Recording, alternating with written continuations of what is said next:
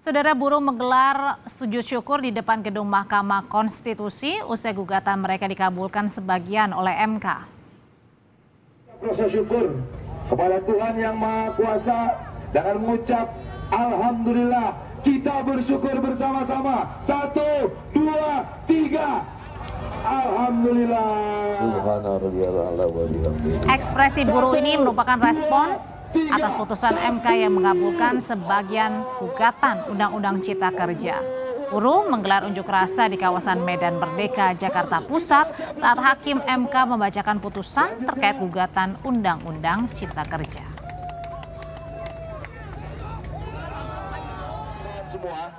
Kawan-kawan semua, kita berikan aplaus untuk kita semua yang hadir hari ini bersama-sama. Kita kasih aplaus untuk Presiden KSPC Bung Andi akan mengucap proses syukur. Saudara, Mahkamah Konstitusi mengabulkan uji materi Undang-Undang Cipta Kerja yang dianggap merugikan pekerja. 21 norma Undang-Undang Cipta Kerja yang diuji materi dikabulkan sebagian oleh MK seperti pekerja kontrak yang diperbolehkan maksimal 5 tahun. MK mengabulkan sebagian permohonan uji material Undang-Undang Cipta Kerja dari organisasi buruh. MK menilai beberapa aturan dari Undang-Undang Cipta Kerja bertentangan dengan aturan lainnya. Silakan duduk kembali. Atau selambat-lambatnya 3 hari kerja setelah persidangan ini ditutup. Terima kasih untuk semuanya. Mengabulkan permohonan para pemohon untuk sebagian. 2. Menyatakan prase pemerintah pusat dalam pasal 42 ayat 1, dalam pasal 81 angka 4, lampiran Undang-Undang Nomor 6 Tahun 2023 tentang penetapan peraturan pemerintah pengganti Undang-Undang Nomor 2 Tahun 2022 tentang Cipta Kerja menjadi Undang-Undang Lembaran Negara Republik Indonesia Tahun 2023 Nomor 41, tambahan Lembaran Negara Republik Indonesia Nomor 56856 bertentangan dengan Undang-Undang Dasar Negara Republik Indonesia tahun 1945 dan tidak memiliki kekuatan hukum mengikat sepanjang tidak dimaknai Menteri yang bertanggung jawab di bidang atau urusan ketenagakerjaan inkasu Menteri Tenaga Kerja. Dalam putusan MK, aturan terkait pekerja kontrak atau yang biasa disebut perjanjian kerja waktu tertentu (PKWT) hanya boleh untuk pekerjaan yang sifatnya selesai dalam waktu tertentu.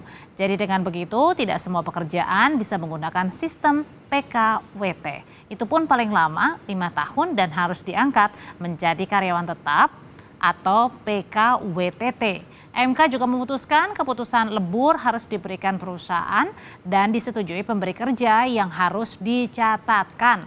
MK juga mengatur pekerjaan yang melibatkan tenaga kerja asing harus mengutamakan pekerja dari Indonesia. Hal lainnya, MK juga sudah memutuskan pekerjaan alih daya harus dibuatkan standarnya oleh pemerintah agar perusahaan dan pekerja punya acuan. MK menegaskan soal masa kerja 5 hari dengan memerhatikan jam kerja yang diberlakukan. Terkait upah, MK mengakomodasi upah sektoral yang sebelumnya bersama upah minimum kabupaten dihapus dalam Undang-Undang Cipta Kerja. Ini artinya pemerintah provinsi kini kembali dapat menentukan UMP, begitu juga dengan pemerintah kota dan kabupaten.